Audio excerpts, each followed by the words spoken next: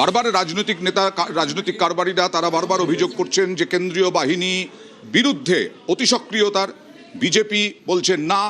আর এখানে দেখুন ভোটারকে চড় মারার অভিযোগ, পূর্ব বর্ধমানের জামালপুরে ভোটার স্লিপ ছিঁড়ে দেওয়ার অভিযোগ, ভোটারকে চড় মারার অভিযোগ, ভোটার স্লিপ ছিঁড়ে দেওয়ার অভিযোগ।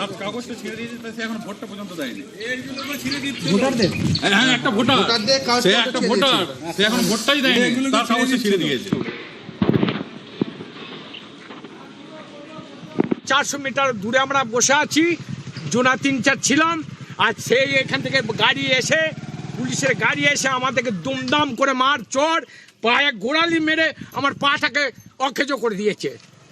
এটা কি ভোট হচ্ছে? ওখানে হচ্ছে, আমরা গেছি ওখানে, এখানে হচ্ছে লিস্টে তাদের কাগজটা আমরা দেখছি, যাদের লিস্টে ঠিক নামটা আছে কি দেখে নিচ্ছি, চেক করছি, এছাড়া কিছু নয়।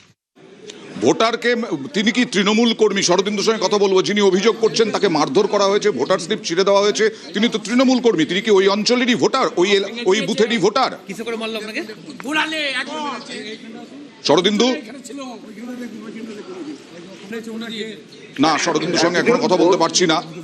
ভোটারকে চড় মারার অভিযোগ এবং তিনি তৃণমূল কর্মী, বাহিনীর জওয়ানের বিরুদ্ধে চাঞ্চল্যকর অভিযোগ। শরদিন্দু, তিনি কি ওই বুথেরই ভোটার?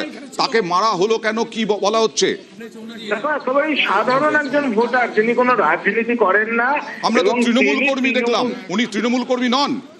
দেখো, তৃণমূলের বক্তব্য যে তারা এই যে 188 এবং 189 নম্বর বুথ, সেই বুথের 400 মিটার দূরে তারা ভোটারদের সহযোগিতা করছিলেন, কোন বুথে যেতে হবে সেসব ব্যাপারে সহযোগিতা করছিলেন।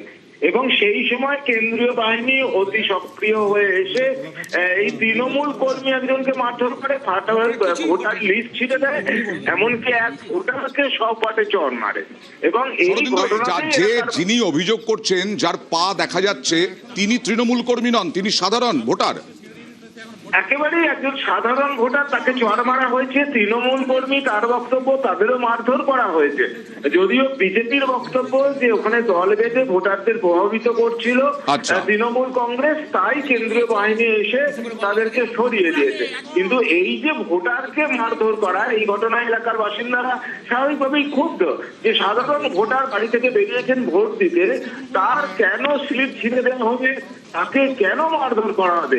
রাজনৈতিক কর্মীরা যদি নিয়ম ভাঙে, নিশ্চয়ই তাদের বিরুদ্ধে ব্যবস্থা নেওয়া হোক, কিন্তু সাধারণ ভোটার আর তৃণমূল কর্মীদের বক্তব্য। আমি এবার বুঝতে পেরেছি শরদিন্দু, সাদা জামা পরে যিনি আছেন, সাদা শার্ট পরে, তাকে চড় মারা হয়েছে, আর পাশে তিনি তৃণমূল কর্মী, তাকে মারধর করা হয়েছে, এরকমটাই বলা হচ্ছে। কারণ উনি দেখাচ্ছেন যে আমাকে চড় মারা হয়েছে, ওই সাদা জামা পরা ভদ্রলোক তিনি সাধারণ ভোটার।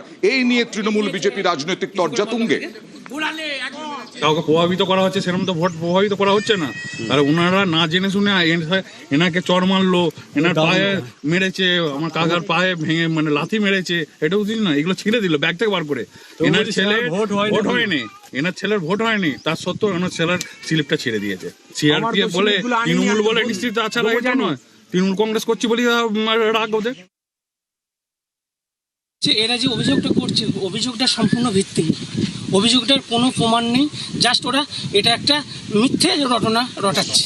তৃণমূলের কিছু কর্মী, প্রায় 20-25 জন কর্মী একটা জায়গায় এসে নিজেদের জমাটি করছিল, এবার সেটা ভোটারদের প্রভাবিত করছিল, সেই জন্য কেন্দ্রীয় বাহিনী তাদের উপর লাঠিচার্জ করেছে।